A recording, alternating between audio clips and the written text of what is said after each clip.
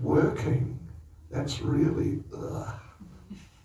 I think, anyway, excuse me, but yeah, as much as possible, you know, on these types of days, as much as possible, we should really try to focus on the particular occasion, the particular personality whose usually appearance, sometimes disappearance is being celebrated, or the event, for example, in the case of Govardhan Puja.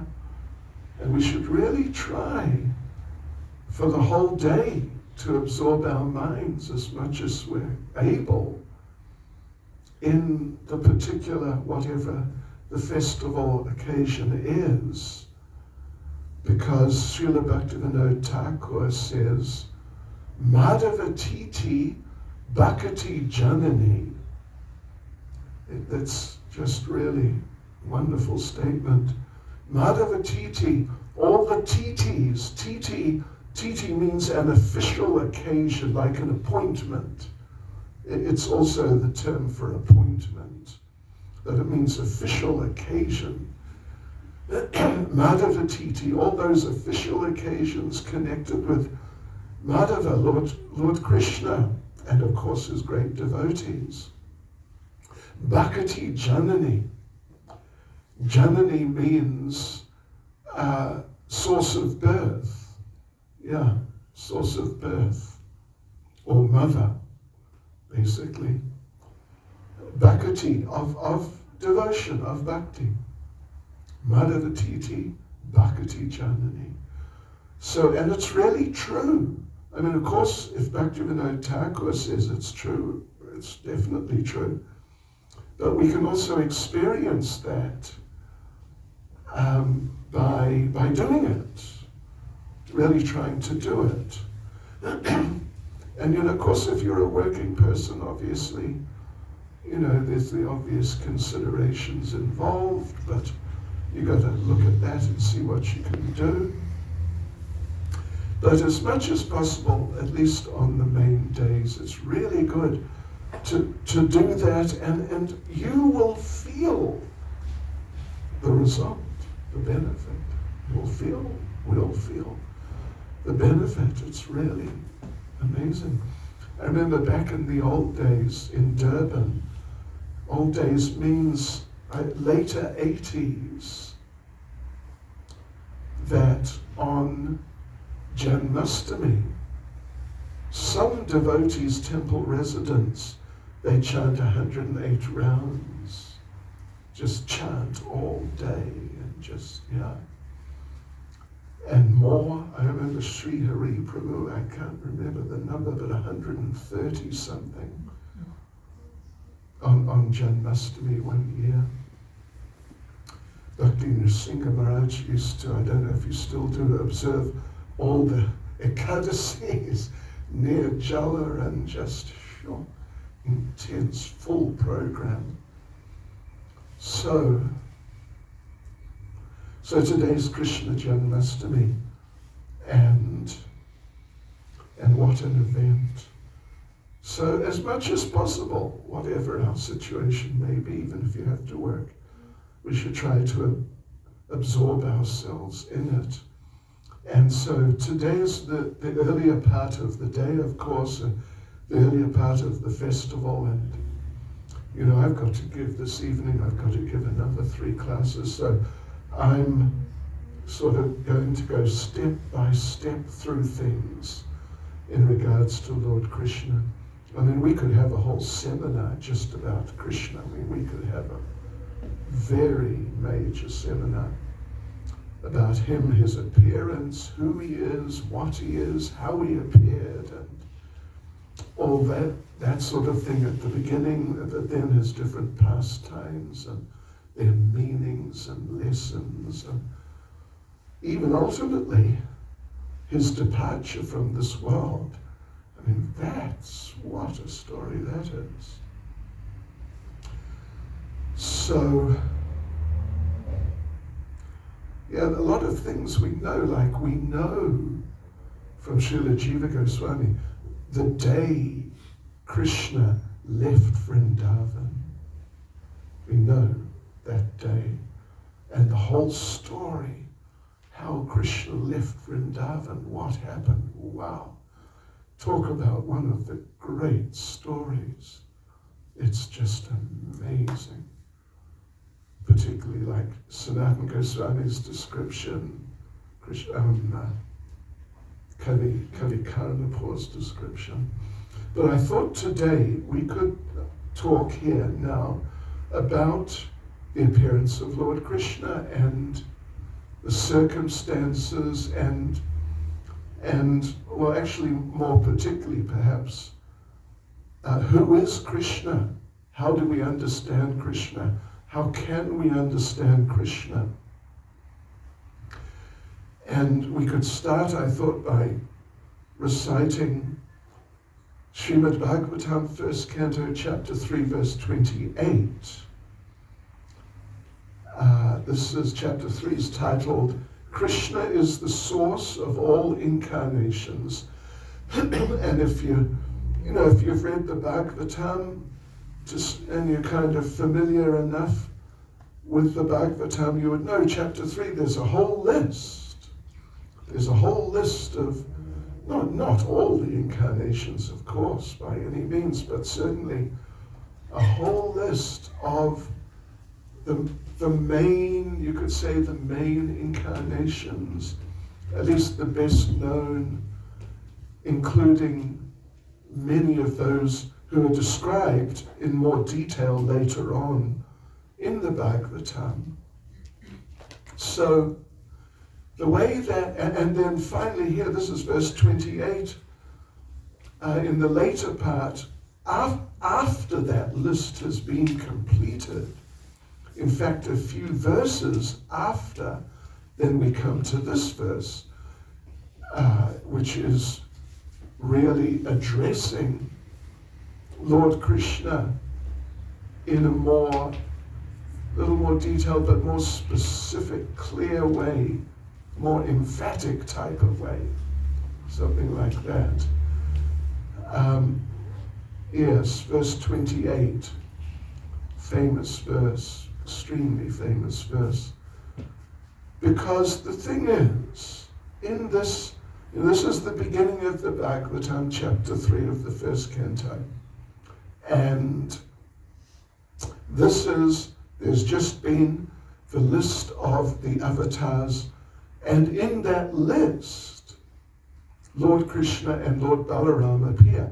They appear together, actually, in this list of incarnations. Where the list of incarnations, how it all arises, is that Shonaka Rishi and the sages of Naimisharanya, Shonaka asks Suta Goswami,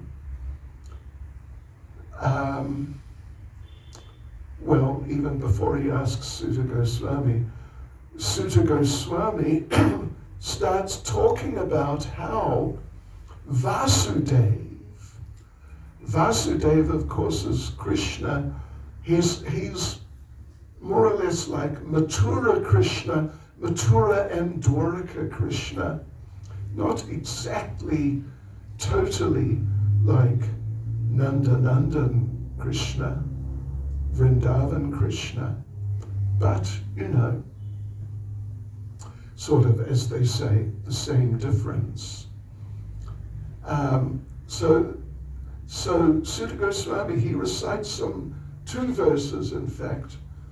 Let me just read these before I read this one. So this is the 2nd chapter of the 1st canto, and it's verses 28 and 29. And he really celebrates Lord Vasudeva. Vasudeva para Veda, Vasudeva para Maka, Vasudeva para Yoga, Vasudeva para Kriya, Vasudeva param Jnanam, Vasudeva param Tapa, Vasudeva Paro Dharmo, Vasudeva Para Gati. Really wonderful 2 verses. In the revealed scriptures, the ultimate object of knowledge is Sri Krishna. He says Sri Krishna and not Vasudeva because it's Krishna. Vasudeva to his parents Vasudev and Devaki, they call him Krishna. They call him Krishna. Vasudeva is sort of a little bit of an official name. Vasudeva means the son of Vasudeva. I don't know if you're aware of that. Krishna's father in the prison house of Kamsa is Vasudeva with a short A, and Krishna as his son is known as Vasudeva with a long A. Yeah. That's a sort of a Sanskrit or Vedic practice sometimes, not a lot, but occasionally. The son is given the same name as the father, but they elongate the first syllable. So right in the revealed scriptures, the ultimate object of knowledge is Sri Krishna, the personality of Godhead. The purpose of performing sacrifice is to please him. Yoga is for realizing him. All fruitive activities are ultimately rewarded by him only. He is supreme knowledge, and all severe austerities are performed to know him. Religion, dharma, is rendering loving service unto him. He is the supreme goal of life. So that's Krishna. And then Sutta Goswami goes on, next verse 30 of chapter 2. Saevedam sasarjagre Bhagavan Atmamaya Sadasad Rupaya Chaso Gunamaya Gunovibo. In the beginning of the material creation, that absolute personality of Godhead, Vasudeva, in his transcendental position, created the energies of cause and effect by his own internal energy. So now, there's a very important point here. When it comes to like defining Krishna, yeah. You could say defining Krishna. Who is Krishna really? What is Krishna? Is he an incarnation? As we said in chapter 3, he is there in the list of incarnations. So incarnation specifically means, incarnation or avatar is sort of the synonym in Sanskrit. Incarnation means form of the Lord who appears within this world. That's an incarnation. There are no incarnations in Vaikuntha or Goloka Vrindavan. I mean, in the sense that someone descended from somewhere and descended to there. There's no incarnations or avatars. I mean, some of them, so many of them ultimately, have incarnations. They appear as incarnations when they descend into the material world. But they're only incarnations or avatars when they're in the material world. Because literally this word incarnation, Srila Prabhupada used the word, but because it's the best, most suitable term available in English, otherwise we'd have to invent an English word, which we could do. People are inventing words every day.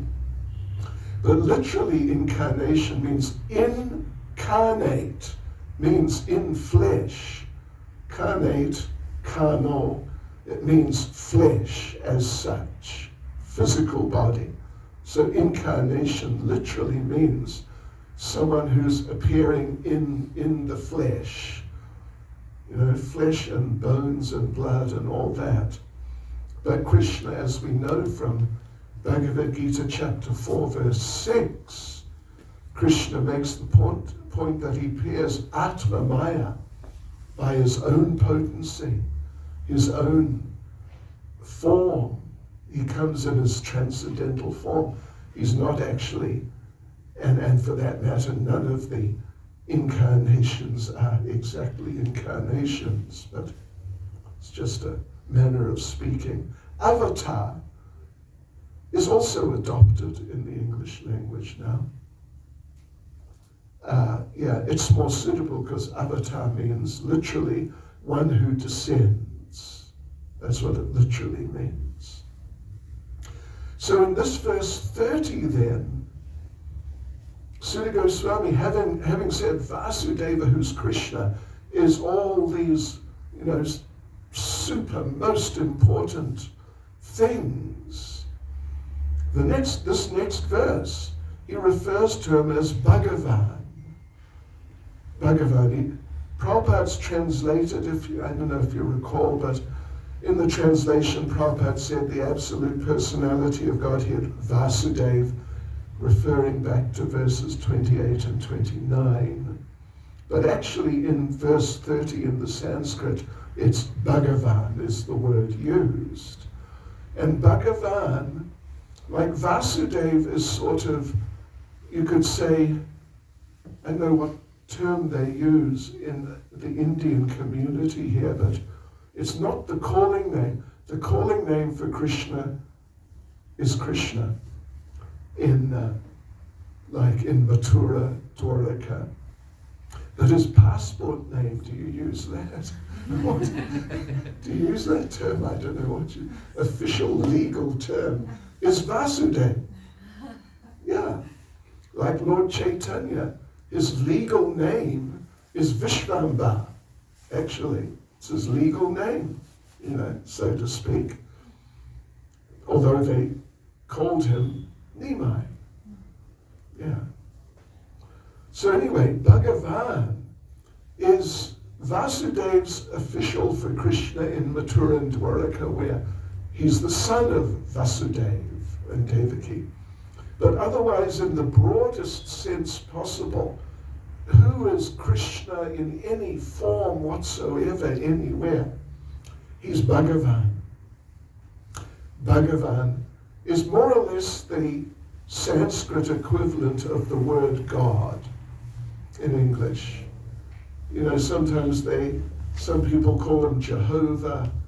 The Jewish people, they call him Yahweh. But, the general term is God. So if you were to actually translate Bhagavan, not translate, but the English general equivalent would be Bhagavan, which of course means the possessor, he who possesses all opulences. Bhaga meaning opulence, and Van meaning one who possesses. So we're coming up to the end of that second chapter, and this term Bhagavan is being used. Like in Bhagavad Gita, I'm sure you've noticed that there is no one occasion that when Krishna is speaking, like for example, Arjuna raises a point, Krishna responds. So now the first verse of Krishna's response, there is not one occasion where in Bhagavad Gita it says, Shri Krishna Uvacha. Doesn't exist. But every single time it says, Shri Bhagavan Uvacha. Yeah, because Bhagavan is that sort of term, the most official term really for the Supreme Personality of Godhead in the Vedic tradition. And Prabhupada talks about this. There are a few occasions I've come across where Prabhupada talks about it. And Prabhupada makes the point, and it's so true, there are many Krishnas. It's a popular name in like Hindu society. I remember I arrived in Mauritius several years ago when we had a really big kirtan mela, and I went to the place where I was staying, and there were some devotees there, and I asked one young man, "What's your name?" He said, "Krishna." I said, "Oh, I've been looking for you for years." So Krishna's a name, But Bhagavan is more official. So what happens here, actually, which leads up, the thing is this, it's leading up to this whole list of incarnations in the 3rd chapter. And here we are just in the last verses of the 2nd chapter, and it all just leads straight in, is that Shonaka and the sages ask Sutta, "Can you please tell us about the incarnations of Bhagavan?" Yeah, can you tell us? And actually, Sutta Goswami begins the 3rd chapter, the very verse 1. Sutravacha Jagrihe Purusham Rupam Bhagavan Mahad Adibi Sambhutam Shodasha Kalam Adoloka Susrikshaya. Sutta said, in the beginning of creation, the Lord first expanded himself. And we must understand what's being said is Bhagavan expanded himself. Yeah. In the universal form of the Purusha incarnation, and manifested all the ingredients for the material creation. And thus at first there was the creation of the 16 principles of material action. This was for the purpose of creating the material universes. So he's beginning now his presentation about the incarnations of Bhagavan, meaning God, the supreme, the absolute truth, who, in really official terms would be addressed as Bhagavan. And yes, and he goes and that was the universal form he first mentioned. Then a few verses describing the Purusha avatars, Mahavishnu, Garbhodakshai Vishnu, Kshirodakshai Vishnu, and in verse 3 again, Tadvai Bhagavato Rupam, by grammatical arrangement, Bhagavan. If you deal with certain types of foreign languages, you'd say the word Bhagavan declines in different forms of Bhagavan, to Bhagavan, from Bhagavan, in Bhagavan, on Bhagavan, at Bhagavan, through Bhagavan. We use prepositions, but in Sanskrit they don't use prepositions, they use endings. Do you get the idea? It's a little Sanskritism. Krishna or Radha, Jai, we don't say Jai Radha, we say Jai Radhe. That's the vocative form, means O Radha. Yeah. Krishnaya, Vasudeva, Om Namo Bhagavate, Vasudevaya is Vasudev, Aya means to. We offer our obeisances to Vasudev. So here we have Tadvai Bhagavato Rupam. Bhagavan, it's talking about Bhagavan, accepts the forms of the Purusha avatars. And devotees, an interesting point, and I actually just looked at this and discovered this last night. The term Bhagavan is used next in this list of incarnations, the next time it's used is verse 18, I think it must be. No, it's not. Maybe it's verse 19. Oh, here it is, sorry. It's verse 23. That this is now the verse talking about Balaram and Krishna as if they're incarnations, as if they're incarnations like all the various others, Nrsimhadev, Kurama, Varaha, Vamana, they're all in the list. So verse 23 says, Ekona vimshe vimshatime vrishnishu prapya janmani Rama Krishna Viti Bhuvo Bhagavan Aharad Baram. In the 19th and 20th incarnations, the Lord advented himself as Lord Balarama and Lord Krishna in the family of Vrishni, the Yadu dynasty. And by so doing, he removed the burden of the world. So then, we're just exploring this subject of who is Krishna, how to get the perspective on Krishna right. Then Buddha's described next verse, and then Kalki is described in the following verse. Then there's there's two verses, so that's the end. 25, verse 25 is the end of the list. List finished. And verse 26 says that these incarnations are innumerable. Then 27 says that all the rishis, manus, demigods, descendants of manus, they are plenary portions or portions of plenary portions of the Lord.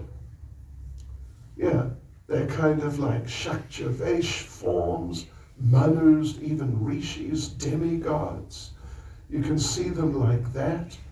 They're kind of like, sort of like forms or partial forms or parts of forms of Bhagavan. But then we come to devotees. Our verse in question, actually verse 28 is the next verse. Ete chanksa kalapumsa, Krishna's tu Bhagavan swayam, Indrari vyakulam lokam, mridiyanti yuge yuge. All of the above mentioned incarnations are either plenary portions or portions of the plenary portions of the Lord. But Lord Sri Krishna is the original personality of Godhead. All of them appear on planets whenever there's a disturbance created by the atheists. The Lord incarnates to protect the theists. Krishna, Srila Vyasadeva concluded compiling the Vedic literatures at some point earlier, but he felt dissatisfied. If you're familiar with that whole story, particularly if you're following Bhakti Vaibhava, you'd be familiar by now, that Vyas was feeling dissatisfied. And so Narada came and preached to him and said, you've got to be more specific about Krishna. You've got to. So then he did Srimad Bhagavatam. There was already a Bhagavad Purana.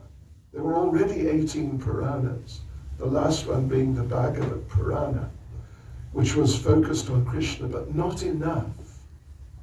So then he did Srimad Bhagavatam, which replaced that Bhagavad Purana to become the 18th Purana. And it's focused on Krishna.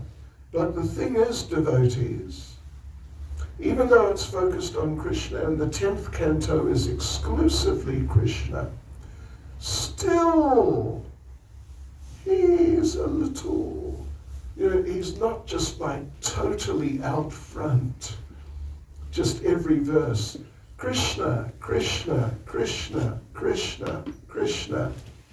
It's a little subtle. Krishna's presence is sometimes a little subtle in different places in Srimad Bhagavatam. And sometimes he's referred to even as Vishnu. Yeah. Yeah. It's a bit subtle. But this verse is not subtle. This verse is not subtle. I mean, I think Vyasadeva, he's super intelligent. He didn't want to just sort of beat people over the head too much, that sort of thing. Because there are, it's almost unbelievable, but it's true. There are Mayavadi commentaries on Srimad Bhagavatam. Yeah. Interpreting the verses, even verses like this, in impersonal ways. But this verse, 1st Canto, chapter 3, verse 28, is described by Srila Jiva Goswami as what is called the Paribhas Sutra of the whole Srimad Bhagavatam. Paribhas Sutra is a traditional Vedic term. In Vedic literature, Vedic grammar, and Vedic culture, Paribhas Sutra is a standard thing, sort of entity in the form of a verse, which is generally present in any serious literature, like any Purana, even in Jiva Goswami, when he's discussing this, if you want to, you can read about it. It's in Krishna Sandarbha. He talks about he explains what is a Paribhas Sutra in some detail. And he says that even Panini's grammar, Sanskrit grammar, has a Paribhas Sutra. A Paribhas Sutra means not but the definitive verse in a serious literature which defines what is the subject matter of this particular literature. And he says that in Srimad Bhagavatam, this verse is the Paribhas Sutra. And then, and he explains, in any literature which has a Paribhas Sutra, any serious literature, there's only one verse. There's never two. There's only one, which is a Paribhas Sutra, that definitive verse explaining, pointing out, this is what this book is about. Yeah. So then he goes on, you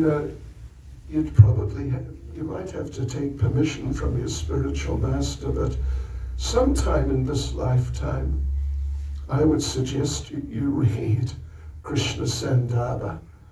It's just my suggestion. Because, wow, sure, it's amazing. It's just explaining Krishna. But it's arranged in verses, but the verses are often in prose, not in poetic verse form. They're just, some of them like a full page of prose. And he spends, I should have counted actually, I could have last night, I was looking at it. He spends, it must be at least 100 verses explaining why this is the Paribhas Sutra. Yeah. And here's one you can think about. The last, again, I'd have to count to see, but the last, quite a number of verses of Krishna Sandarbha explaining Krishna, who is Krishna. The last quite a few verses, is explaining how devotees, from a certain angle of vision, the first verse of the Bhagavatam is simply about the relationship of Radha and Krishna, Srimati Radharani and Krishna, and what their relationship is. Wow, it's really wow. But this verse, Edi Changsa Kalapamsa, Krishna's tu Bhagavan Swayam, is the Paribhas Sutra of Srimad Bhagavatam, because it's establishing, defining what is the subject matter of this literature. It's Krishna. And who is Krishna? Krishna, Bhagavan Swayam. So, there's been the whole list of avatars. Then the verse immediately before this, if you remember, I said a couple of words about it. It's saying that all the rishis, even the demigods, the manus, and, different groups of important people in the universe, they're like types of forms of the Lord, to some degree, at least. Partial forms or parts of parts. Maybe some are parts of parts too. It sort of, they drill down sometimes quite a bit. But Krishna's tu Bhagavan Swayam. So this verse says, let me just go through a little detail. Ete cha. Ete means all of these. All of these, from the beginning of this chapter, the whole lot, including the ones who are just, relatively very small, parts of parts and like that, the manus and rishis, who you normally don't hear about as being incarnations of the Lord. But, there's something like that. So, ete, all of these, cha, and angsa kala. Angsa means a plenary portion. Plenary portion means like a very substantial form of Krishna. Kala means a part of a plenary portion. So all of these different, they're on different levels, how much they display the nature of the Lord. All of them, Ete Changsa Kala Pumsa. Pumsa is another term. It's kind of like Bhagavan. There's a few words which are kind of, synonyms, or at least partially synonyms of the word Bhagavan. Pumsa is one. Pumsa basically literally means the most powerful. The most powerful one. So all of these, Edi Changsa Kala Pumsa, all of these ones we've mentioned, they're all portions, parts of portions, and whatever you'd say, of the Supreme Powerful Lord. But Krishna's tu means but. Yeah. But, if we were to put it in terms of the English sequence of words, we'd say, to Krishna's Bhagavan Swayam. Yeah, but Krishna is Bhagavan Swayam. But anyway, in terms of Sanskrit grammar, Krishna's tu Bhagavan Swayam. Krishna is Bhagavan Swayam. Bhagavan, we talked about that enough.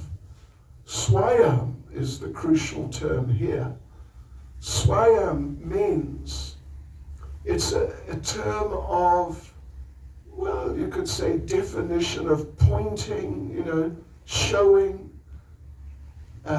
illustrating, just like an example I can give you of the use of language in the early part of the Bhagavatam, also in the second chapter. Where is this now? Yeah. So, 1 Corinthians chapter 2, verse 8. Dharmasmanutspita pumsam vishvaksena katasuya. No parayad yadiratim shrama eva hi kevalam. The occupational activities a man performs according to his own position are only so much useless labor if they do not provoke attraction for the message of the personality of Godhead. You know, it's an important verse in the second chapter. Second chapter is sort of something like the second chapter of Bhagavad Gita, an introduction to the whole text. So the particular point here is that I'm trying to get at is the last line, Shrama eva hi kevalam. The verse says, so much useless labor. That's a translation of Shrama eva hi kevalam. But very literally, and you know, just have a look in your Bhagavatam sometime and you'll see, Shrama means useless labor. Shrama. Eva means only. He means certainly. Kevalam means entirely. You get the idea? You couldn't really say that it was more a waste of time. Yeah, it's only certainly entirely a waste of time. It's a good one, I really like that. But anyway, back to 1.3.28. Krishna's too, but Krishna. All of these other avatars, they're forms of Pumsa, of that Supreme Person. But Krishna is Bhagavan Swayam. And Bhagavan, we talked about Bhagavan, but Swayam, this is the crucial point here in terms of, sort of as a description. Swayam means, it's translated in the word for word as in person. In other words, the very one. It's actually him. Not like, something like that. It's really pointing at Bhagavan Swayam. He is actually the very one who is Bhagavan, the possessor of all opulences. Because even the other forms of the Lord, as per Nectar of Devotion, Krishna has 64 qualities, or, they're sort of like groups of qualities. There are many subgroups under each one. So Krishna has all 64. And, I would say that the court is out as to whether Lord Balaram has all 64 or not. But definitely Krishna does. But when you get beyond the two of them to like Sankarshan, Pradyumna, Aniruddha, these types of forms, who are there in Goloka Vrindavan, then you're talking about they've got only 60. They don't have all 64. And when you get to Vaikuntha, definitely they've only got 60. Yeah, they definitely.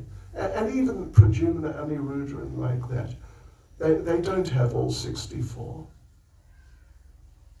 So, but Krishna, if we say he is Bhagavan Swayam, we use the term Bhagavan also for Lord Narayan, for Lord Balaram, for Sankarshan, and the word Bhagavan is used sometimes, and it's not inappropriate.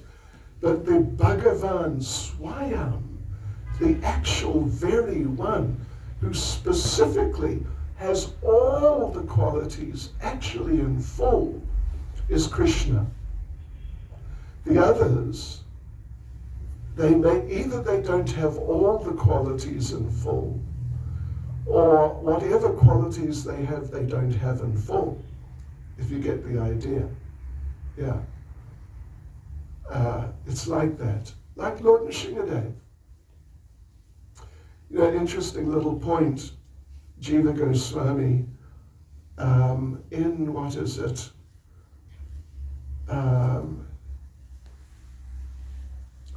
Not read by anyway. No, it's Rupa Goswami. Rupa Goswami.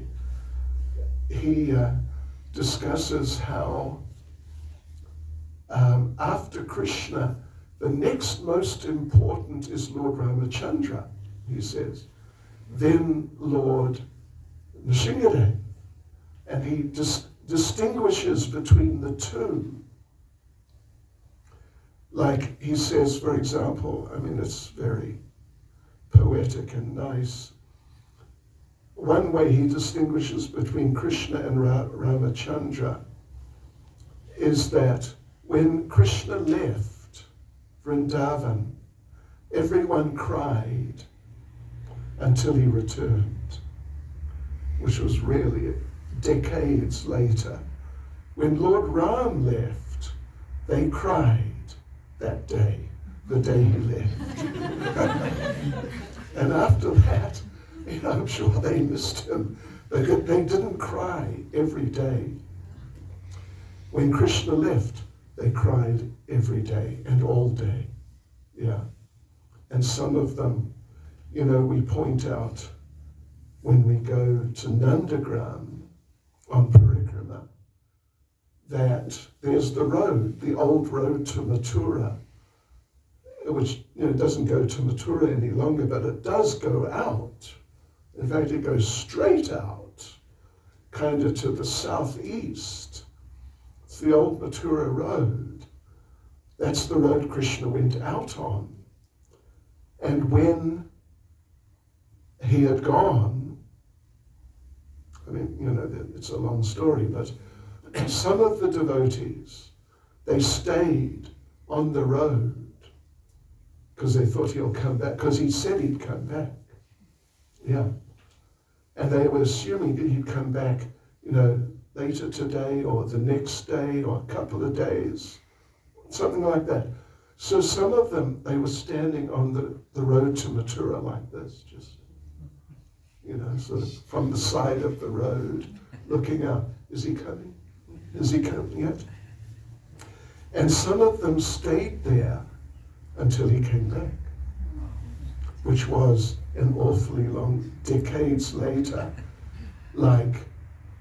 It's a little hard to understand exactly when, but at least 60 years later, it's at least 60 years later he came back. And some of them, they stood there for 60 years. And devotees, they didn't just stand there for 60 years. They didn't blink because they didn't want to miss. If he came, if he came very quickly, it's another dimension of Krishna consciousness. But this anyway, Krishna's tu Bhagavan Swayam. Krishna is the very one, the actual one. You can use like a term like important.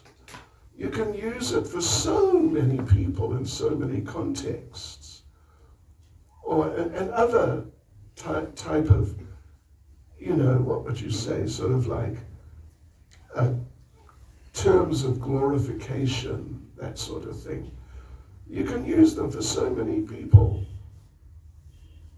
The term Bhagavan gets used not for too many types of people, but some number. Even Shukadev Goswami is called Bhagavan. Yeah. And Lord Brahma is addressed on occasion as Bhagavan. So the term, there's some flexibility in usage. But if you're talking about Swayam, in person, the actual one, the very one who actually possesses all the opulences in full, then it's Krishna. It's nobody else, really. Maybe it's Lord Balaram, but it's definitely Krishna. And this is Srimad Bhagavatam. This is the message of Srimad Bhagavatam.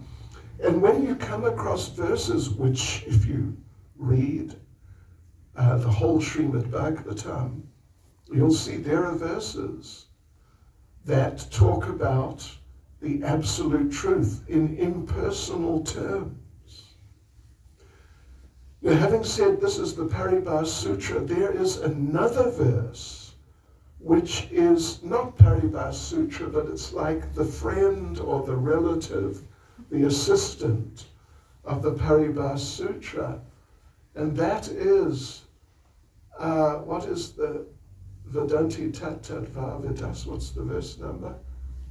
Tattvam Yaj Jnanam Advayam Brahmeti Paramatmeti Bhagavan Iti Shabjate. That verse. You know that verse. Yeah. Anyway, it's another verse you should know. And I can't remember what verse it is.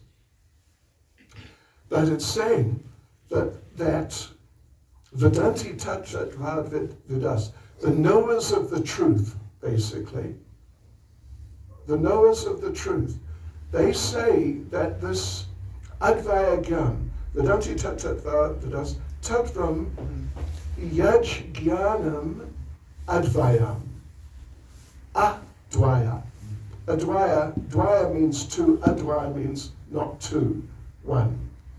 This one truth, Tattvam means truth, Tattvam Yaj Jnanam Advayam.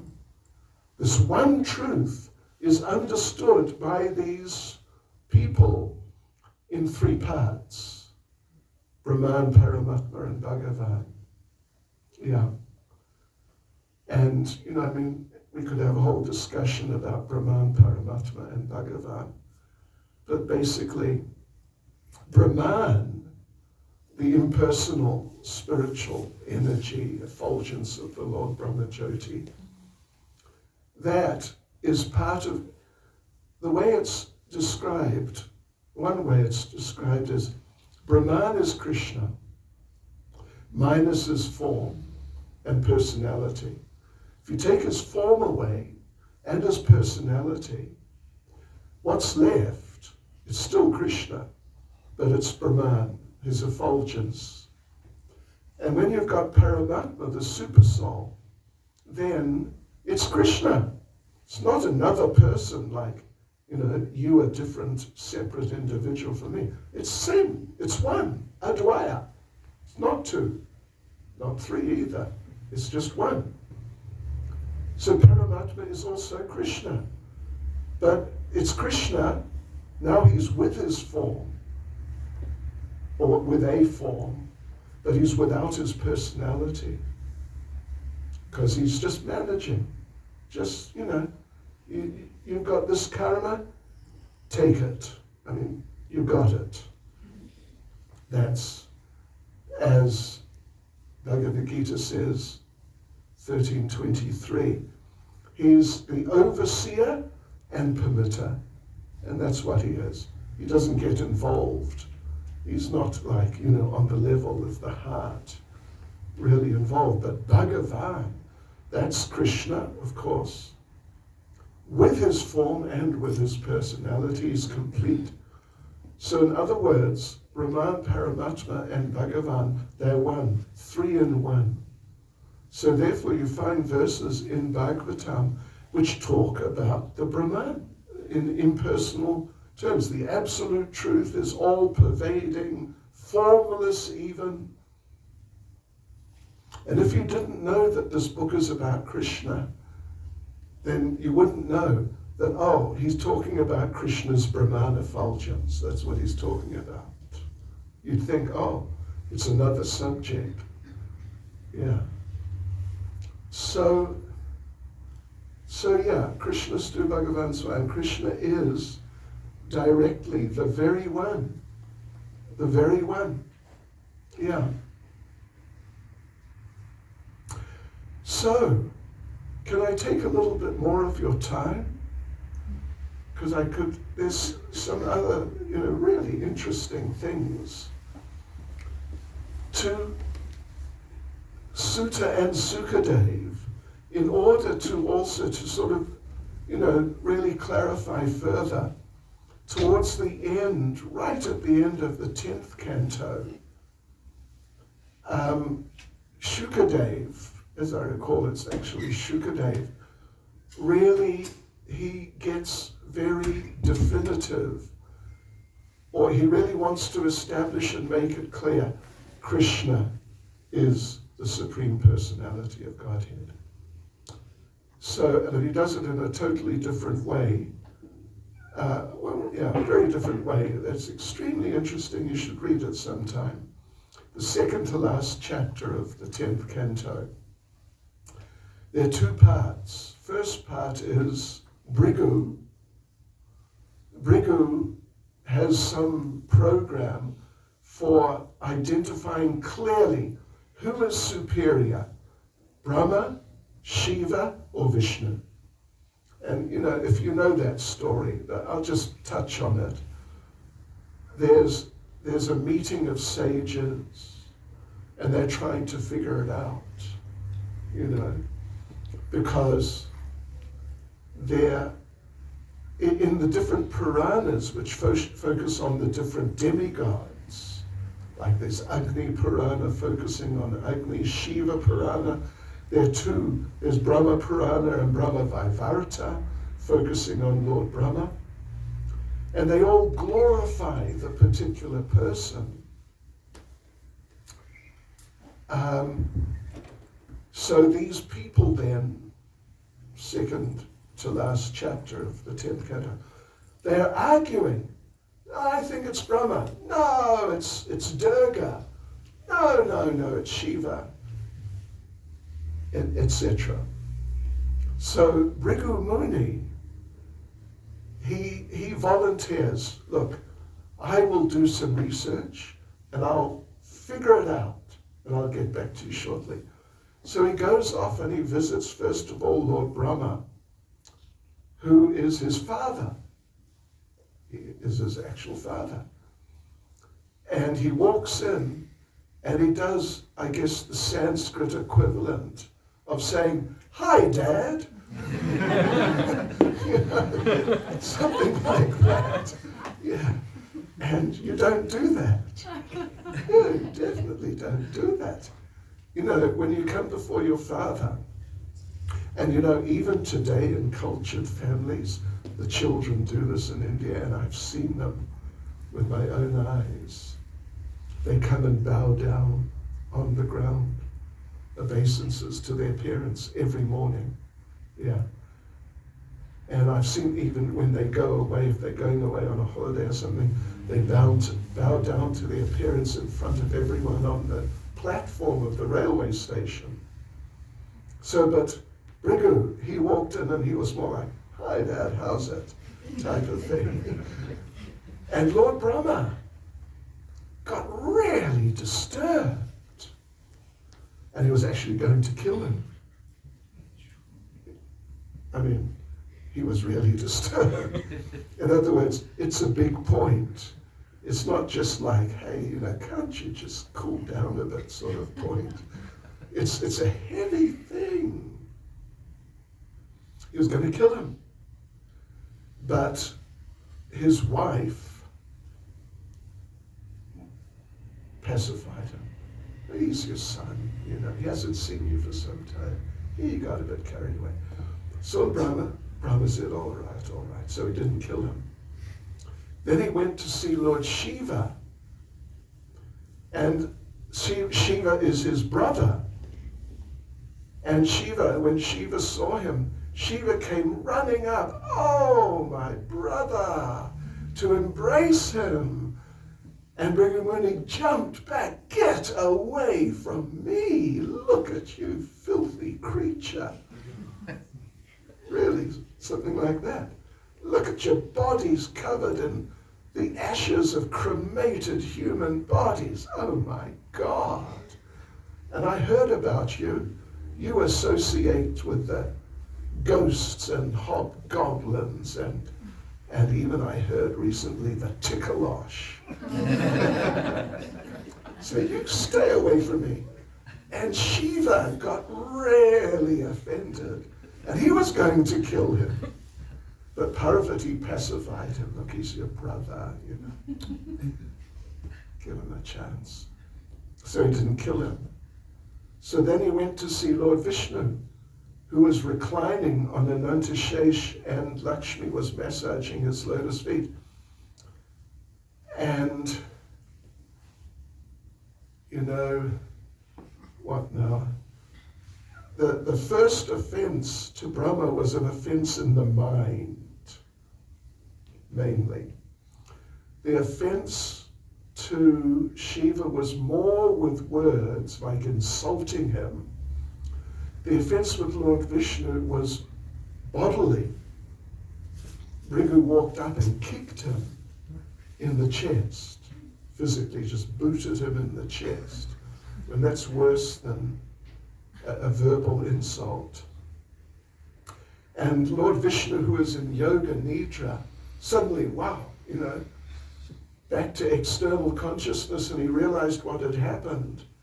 But what he did, he said, "Oh, I'm so sorry. I hope you didn't hurt your soft lotus foot on my hard chest.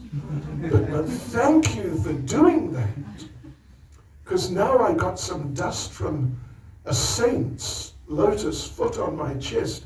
Now my wife Lakshmi, up till now she won't come closer to me than my feet.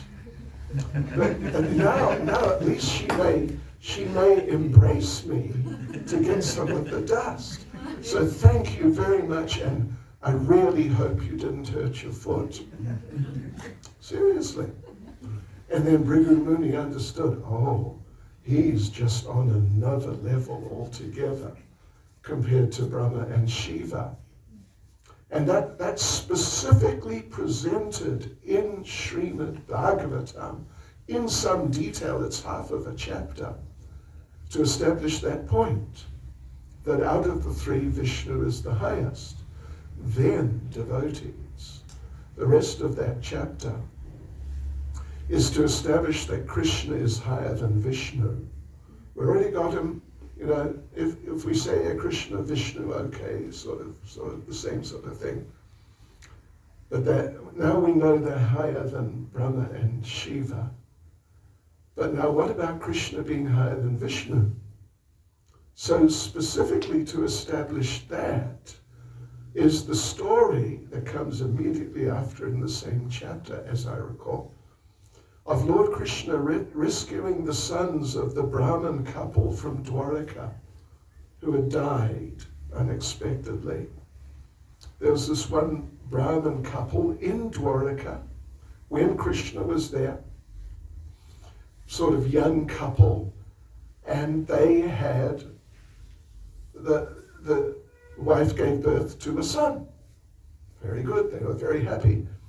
The son died. Almost like within minutes, he died. And they were very upset, of course. So anyway, okay, we'll have another son. So they had another son. And the same thing happened. And eventually they had 10 sons. And what was it? I think it was, well, definitely with the last one. With the last, after that, I think they'd lost 8 or 9, either 8 or 9. They were so upset. Wow, they were just so upset. Fried to the max, as we sometimes say. You can be fried, but when you're fried to the max, it's another level. So they were like that. And they were criticizing the government because, according to actual Vedic standards, if something bad happens to a person, a citizen, and it's not their karma, because these people, so many of them, they're so tuned in, they know what their karma is. But if someone can see, this is not my karma, how did this happen to me? Then they know it's because of the inefficiency of the government. Yeah. Yeah. So then this couple, they started blaming the government, which was Maharaj Ugrasena. And Krishna was, Krishna was never the king, but he was a prince in Dwaraka. He was a member of the royalty, so they started blaming him too. And Arjuna one time, maybe after the 9th, and just before the 10th, Arjuna heard them, and Arjuna didn't like that Krishna's being criticized like this. So Arjuna approached the couple and said, listen, you have one more child, and I will personally protect this child. I will be here at the door with my Gandiva bow, with an arrow on the Gandiva bow, and because what happened to these children, they didn't just die, they disappeared. They were not there. Yeah, they didn't just die. They disappeared. And, disappeared. Someone must have stolen them. So he said, yeah, let the person come, I'll be here, and I'll get him. I'll get him completely. That will be the end of him. So they did. They had another child. The wife gave birth, and you know what happened? Nothing. The child didn't disappear for half an hour. The others were gone within a minute or something. This child, and Arjuna was saying, yeah, just see, He heard that I was here, and he got scared, so he didn't come. But then suddenly the child disappeared. And Arjuna had vowed, either I will protect this child, or I will build a fire right here outside your front door, and I'll just sit down in the fire, and that'll be that. I'll commit suicide. So Arjuna started building a fire. Yeah. Started building a fire. But then Krishna, and this is all there, you can read it all. But then Krishna heard that Arjuna's going to do this. And of course Arjuna is one of his very, very dear devotees. Not one of the dearest, but one of the very, very dear. He's well up, but definitely not up at the top. But dear enough that Krishna thought, no, we can't have this. So Krishna came and told Arjuna, you don't do this, you come with me, and we will get all of the sons back. So they went. And as I recall, they actually went. They went out of the universe. It wasn't even Garbhodakshaya Vishnu. It was Mahavishnu himself. Yeah. There's only one Karanadakshaya Vishnu, Mahavishnu. There's so many Garbhodakshaya Vishnus, there's one in each universe. They went out, and Krishna approached Mahavishnu, and Krishna said, I understand, because Krishna, he knows what's going on. Krishna said, you have stolen the sons of this Brahmin couple. And Mahavishnu said, yes, I stole them. And Krishna said, give them back. And Mahavishnu said, sure, no problem, take them, go ahead. And Krishna asked, why did you take them? And Mahavishnu said, because I wanted to see you. Because actually what Mahavishnu said was that I know Brahmins are very dear to you. So therefore, if these Brahmins became offended enough, you would take up their cause. So I knew you'd come, and then I would be able to see you. And that was the end that I wanted. I wanted to see you. So now I've seen you. Take back the children. Away you go. And, he literally, in sort of cultured Vedic language, said, see you later. He did, actually. He said, you must come back and see me again. So, Srila Prabhupada gives an explanation in the Krishna book. Of course, that part of the 10th canto, Prabhupada, unfortunately, was not present. 13th chapter was the last. But in the Krishna book, he explains the whole thing elaborately based on Srila Vishwanath Chakravarti Thakur's commentary, Bhagavatam commentary, on those verses. And it's really quite something that, so the point is, Mahavishnu's point is, I wanted to see you. And therefore I did this because I knew you would come yourself eventually because of the Brahmins.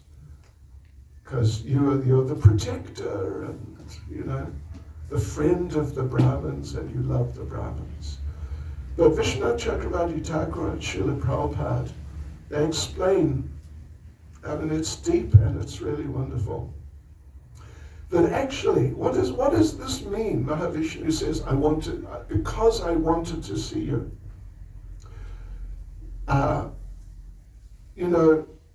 It was Dwaraka. So Mahavishnu couldn't just send someone, go and steal the children. Because his associates, none of them are as powerful as the residents of Dwaraka. They would not have been able to steal the children. So therefore Mahavishnu had to come himself and personally stole the children. Yeah. So in other words, Mahavishnu came to Dwaraka. So the question is raised, if he came to Dwaraka, Krishna's there, why didn't he just walk in and just, meet Krishna? Because even Mahavishnu can't enter these places. Even Mahavishnu can't see Krishna. And so, because he was unable, was not able, even though he went to Dwaraka personally. And, there's a number of points which are made. Have a look there and read them, and you'll get, the broader picture. It's very interesting. But there's another point, extremely important point, which is raised. That yes, it's a fact. We have our famous verse, Namo Brahmanya Devaya, Go Brahmana Hitaya Cha. That Lord Krishna is the Lord and the friend and protector, Hitaya Cha, of Go Brahmana, the cows and the Brahmins. So why, when this couple lost their first child, Krishna, the Brahmins are so important to him, why didn't Krishna just go when it was just one child? The Brahmins are, that family, they're in such distress. Can you imagine? It's incredible, actually. It's incredible. The child is lost. I've read a couple of accounts of people who in the maternity ward, their child was stolen. The baby was stolen. Yeah. And, it can affect them for the rest of their lives. So this Brahmin couple, they were already sufficiently upset that you would expect that Krishna is Go Brahmana Hitaya Cha. Krishna would just step right in. But no, not for the first or the second or the third but only when the devotee Arjuna was about to give up his life, then Krishna intervened. Up till then, Brahmins are special. He's fond of the Brahmins, but the devotees, and Arjuna, great devotee, not one of the gopis or residents of Vrindavan, but he's a really, really great devotee. Immediately Krishna intervened and just took over the whole situation and solved the whole big problem, for his devotee. So, and then Mahavishnu got to see Krishna. So ultimately, the point, one of the main points is, even Mahavishnu can only see Krishna by the mercy of the devotee. So think about that. Think about that. And we're doing Bhakti Vaibhava, and so I have to prepare every single verse in detail. And how often, I'm just up to where am I up to? Somewhere in the second canto in preparing. And how often Prabhupada has said in the purports that the relationship between the Lord and his devotees is just the ultimate thing. How many times? Many times. And I'm just in the second canto. So like this, the point is, Krishna Stu Bhagavan Swayam, that in this way, Srimad Bhagavatam establishes in these two different ways that actually Krishna, that very one, he is that original Supreme Personality of Godhead. He's even higher than Vishnu, even than Mahavishnu, through whom all the avatars descend. Well, actually, it's Kshirodaksha Vishnu particularly, but Mahavishnu, he comes from Mahavishnu. So I hope that wasn't too esoteric, the last bit about Mahavishnu. But that's Bhagavatam. That's how Bhagavatam proves that Krishna is the original Supreme Personality of Godhead. The term is asamurdva. Asamurdva means no one is equal to him and no one is greater than him. And no one means even the forms of Vishnu. Hare Krishna. Srila Prabhupada ki jai. Shri Krishna Janmastami Mahotsava ki jai. Hare Om.